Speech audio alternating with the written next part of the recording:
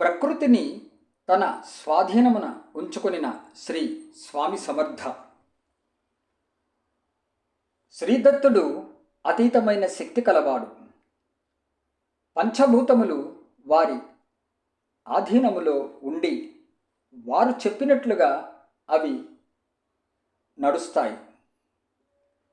శ్రీదత్తుని అవతారముకు శ్రీ స్వామి సమర్థ ప్రకృతిని ఏ విధముగా వారి అధీనంలో ఉంచుకున్నారో ఇప్పుడు పరిశీలిద్దాం. ఒకసారి అక్కల్కోటలో కరువు ఏర్పడినదిట. అక్కలకోట ప్రాంతంలో వర్షాలు పడక పంటలు పండలేదు. దానివల్ల నష్టం ఏర్పడినది. ప్రజలకు చాలా ఇబ్బంది కలిగింది. ఆ కరువుకి తట్టుకొనకలేక ప్రజలందరూ శ్రీ స్వామి సమర్థకు చెప్పి శరణు కోరారు. ఆ సమస్య నుండి కాపాడమని స్వామివారి చరణాలని పట్టుకున్నారు. అప్పుడు శ్రీ స్వామి సమర్థ వేదాలలోని పర్జన్య సూక్తమును మరియు రేణుకా సహస్రనామ పారాయణము చేయించమని ఆజ్ఞాపించారు.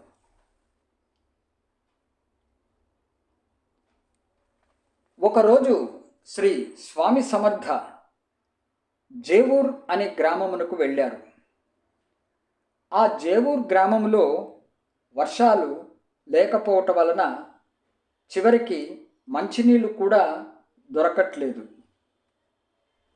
ఆ గ్రామంలోని ప్రజలు అల్లాడిపోయారు.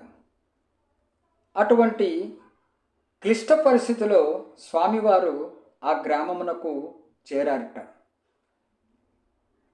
ఊరకరారు మహాత్ములు అన్నట్లుగా శ్రీ స్వామివారు ఆ క్లిష్ట పరిస్థితిలో ఆ గ్రామంలోని ప్రజల దుఃఖాన్ని తీసివేయటానికే వచ్చారు. శ్రీ స్వామి సమర్థ అవధూతలకు ఎక్కడ ఏమి జరుగుతున్నదో, ఎవరికి ఏ కష్టము వచ్చనో వారికి ఇట్టే తెలిసిపోతుంది. వారు బయట పడకుండా ఏదో ఒక నెపంతో కష్టాలు ఉన్న వారి వద్దకు వారే కదలి వచ్చి రక్షిస్తారు. అలా అవధూత అయినటువంటి శ్రీ స్వామి సమర్థ జేవూర్ గ్రామంలోని పరిస్థితులను తెలుసుకొని ఆ గ్రామములో వారి దివ్య పాదములను మోపారు. శ్రీ స్వామి సమర్థ ఆ గ్రామములోని శివాలయమునకు వెళ్ళి శివలింగమును చూస్తూ వర్షాలు ఇంకా పంపలేదేమి అని గట్టిగా అరిచారట. అదే గ్రామమునకు దగ్గరలో ఉన్న వారసంగ్ అనే మరొక గ్రామమునకు వెళ్ళి అక్కడ శివాలయములోని విగ్రహాలను చూసి ఆ దేవతలందరినీ తిట్టి, నీకు శనగలు కావాలా అని మళ్ళీ గర్జించారు. ఆ ఊరి ప్రజలు శనగలు తెప్పించి శ్రీ స్వామి సమర్థకు ఇవ్వగా ఆ శనగలు తీసుకొని స్వామివారు శివపార్వతులపై మరియు ఆ పక్కనే ఉన్నటువంటి విగ్రహాలపై చల్లారట. అంతే, క్షణంలో మేఘాలు కమ్మి భయంకరమైన వర్షం పడింది. కరువు తీరిపోయింది. అన్ని గ్రామాలలోని ప్రజలు శ్రీ స్వామి సమర్థ యొక్క లీలను చూసి ఆశ్చర్యపోయి వారి పాదములపై పడి శరణు కోరుకున్నారు. శ్రీ స్వామి సమర్థ తదుపరి అవతారమగు అనగా దత్తుని 5వ అవతారమగు శ్రీ సాయిబాబా వారు కూడా షిరిడీలో ఇలాంటి లీలనే చూపారు.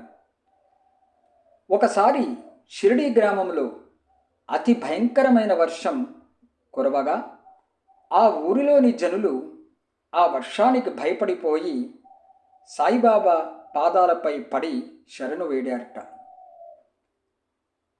శ్రీ సాయి ఆకాశంలోకి చూసి, ఆగు, నీ తీవ్రత తగ్గించు అని అనినంతనే కుంభవృష్టి వెంటనే ఆగిపోయి ఆకాశము నిర్మలమై మేఘములతో తొలగిపోయినవి.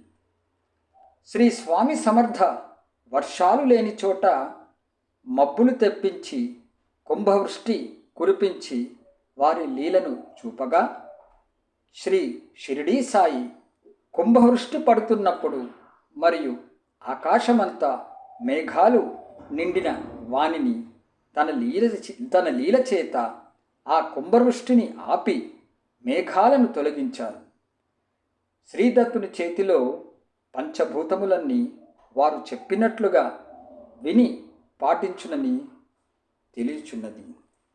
దిగంబర దిగంబర శ్రీపాదవల్లభ దిగంబర దిగంబర దిగంబర అవధూత చింతన దిగంబర. జై గురుదత్త.